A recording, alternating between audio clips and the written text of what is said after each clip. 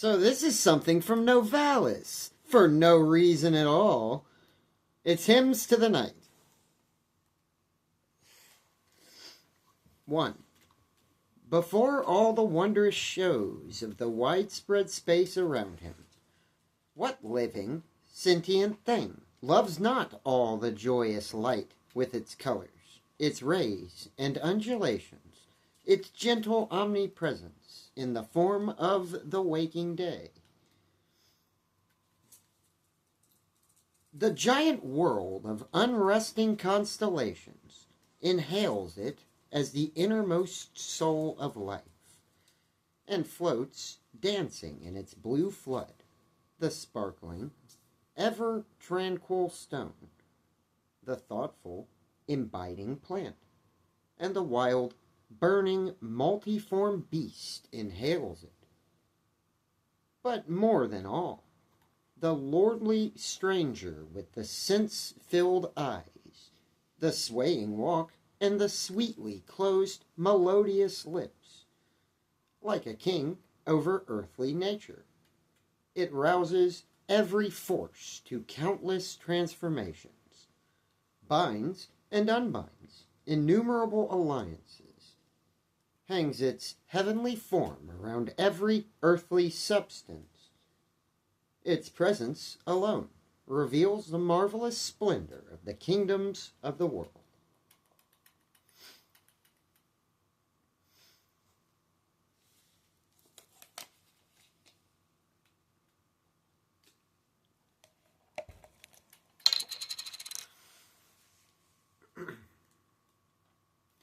Aside, I turn to the holy, unspeakable, mysterious night. After lies the world. Afar. Sunk in a deep grave, waste and lonely is its place. In the chords of the bosom blows a deep sadness. I am ready to sink away in drops of dew and mingle with the ashes.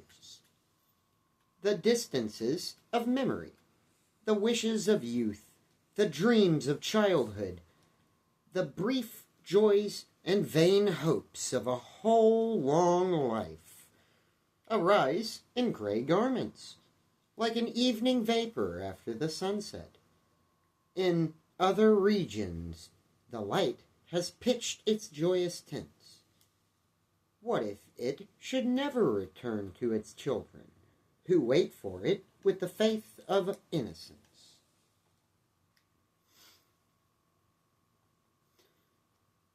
What springs up all at once, so sweetly bodying my heart?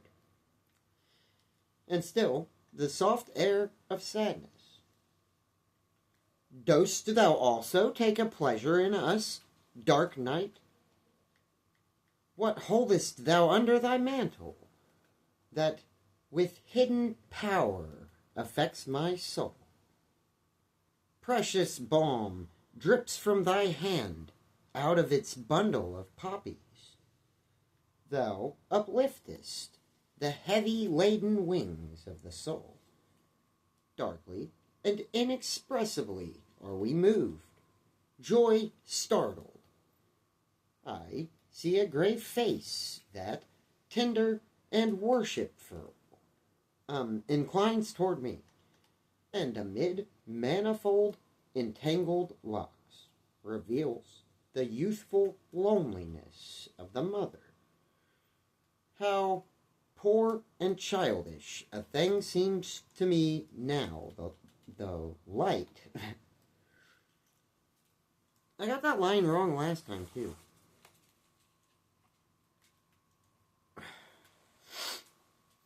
Let me try one more time here.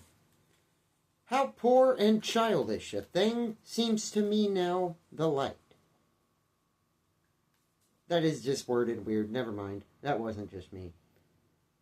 How joyous and welcome the departure of the day, because the night turns away from thee, thy servants. You now strew in the gulfs of space those flashing globes to proclaim thy omnipotence. thy return in seasons of thy absence. More heavenly than those glittering stars, we hold the eternal eyes, which the night hath opened within us. Farther they see than the palest of those countless hosts, needing no aid from the light. They penetrate the depths of a loving soul that fills a loftier region with bliss ineffable.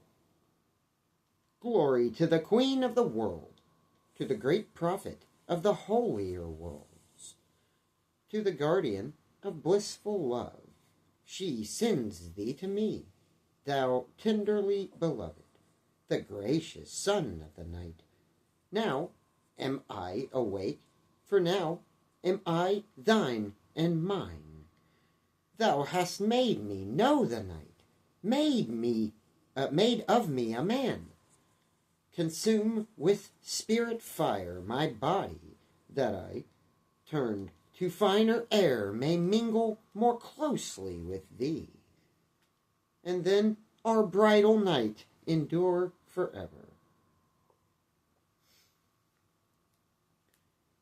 2. Must the morning always return? Will the despotism of the earthly never cease? Unholy activity consumes the angel visit of the night. Will the time never come when love's hidden sacrifice shall burn eternally? To the light a season was set, but everlasting and boundless is the dominion of the night.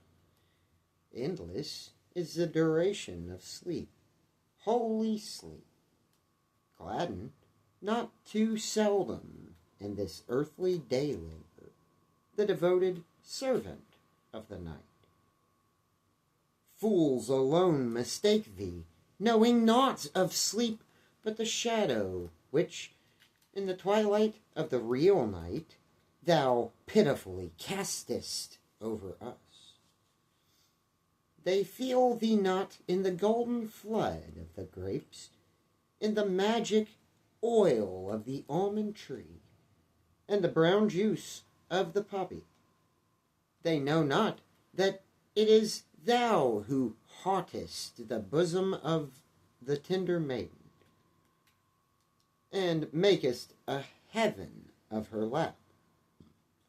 Never suspect it is thou,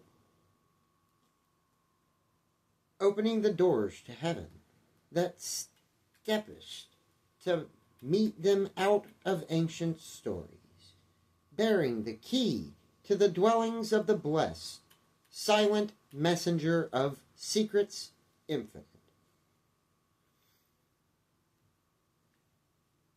3.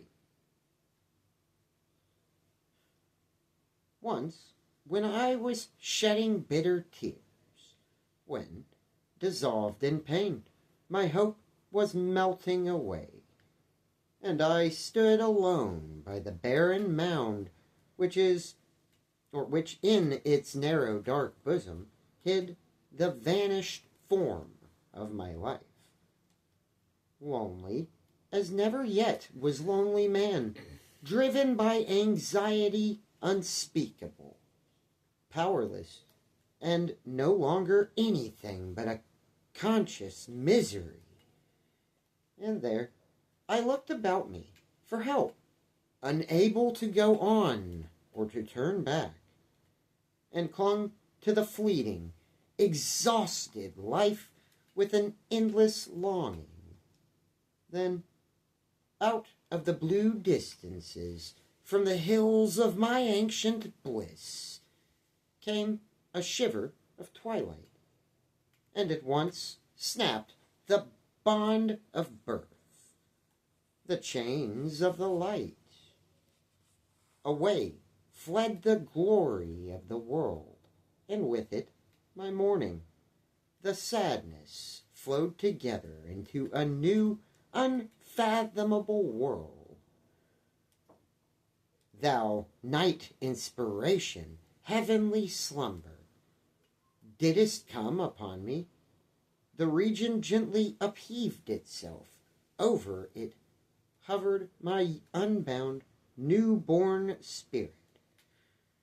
The mound became a cloud of dust, and through the clouds I saw the glorified face of my beloved. In her eyes eternity reposed. I laid hold of her hands, and the tears became a sparkling bond that could not be broken. Into the distance swept by, like a tempest, thousands of years. On her neck I welcomed the new life with ecstatic tears. It was the first, the only dream, and just since then I have held fast an eternal, unchangeable faith in the heaven of the night and its light, the beloved. Anyway, thanks for watching the video. I'm going to go on ahead and call it. I know it's kind of short, but I tried to read this entire 6 parts yesterday, and I couldn't make it past part 5. So, I'm just going to stop now and do that later. Please like and subscribe. I'll see you next time I decide to give 11 minutes of my time. It's silly. I hate stopping now, that's what I'm saying. Please subscribe.